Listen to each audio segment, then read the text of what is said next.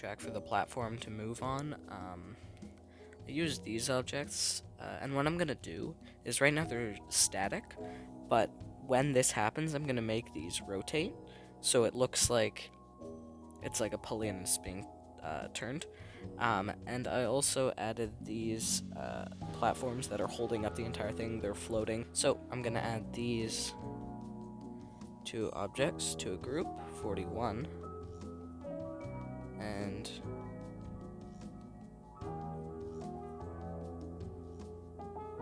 I'm going to move them 180 degrees probably. I've been thinking that. Yeah, I think that works. And something one of you guys suggested was, in this part for the foreground, to add motion blur to it. So what I'm going to do, I'm going to grab all the stars. I don't think anything's on T3, or at least I hope not. But a cool feature in 2.2 is that with the shaders, you can make it only affect certain layers. So I'm going to make it affect T3, and then add motion blur.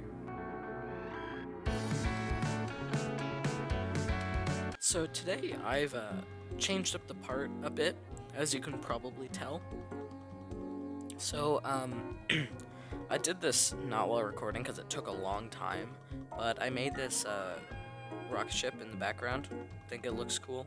It adds quite a bit to the background because it's kind of empty. I will be adding more stuff, like more planets and just space stuff. And another major thing is I changed how the planets looked. I didn't really like how simple they were. I wanted to make them, stand out more. And I think the shading I added looks really cool. I added some bounce lighting so it looks like a sphere, and some extra highlights on the top. And I also changed the rings of this planet a little bit, adding more difference between each individual ring, so it kind of looks like how the rings on Saturn look, where it's not a one color. Also, I don't know if this was recorded, but I added particles to the glass tube so it looks like it actually has a purpose. And I made the background things move around, and this rotates.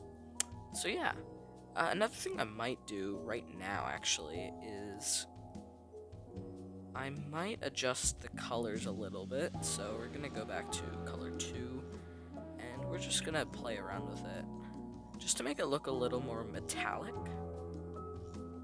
So I think that looks a little nicer. I also am going to change color 3 because I know that this uses it, so I want it to look kind of the same, just, brighter and more saturated. Because that's how I like to make my colors. I like bright, contrasting colors.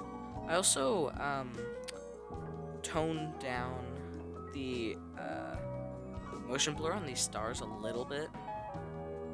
I also might make them move a lot faster, just so the motion blur actually does something.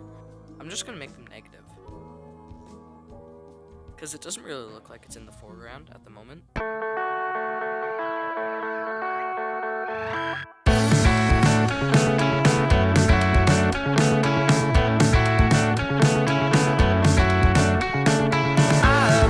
I've been thinking that I can't quite get enough.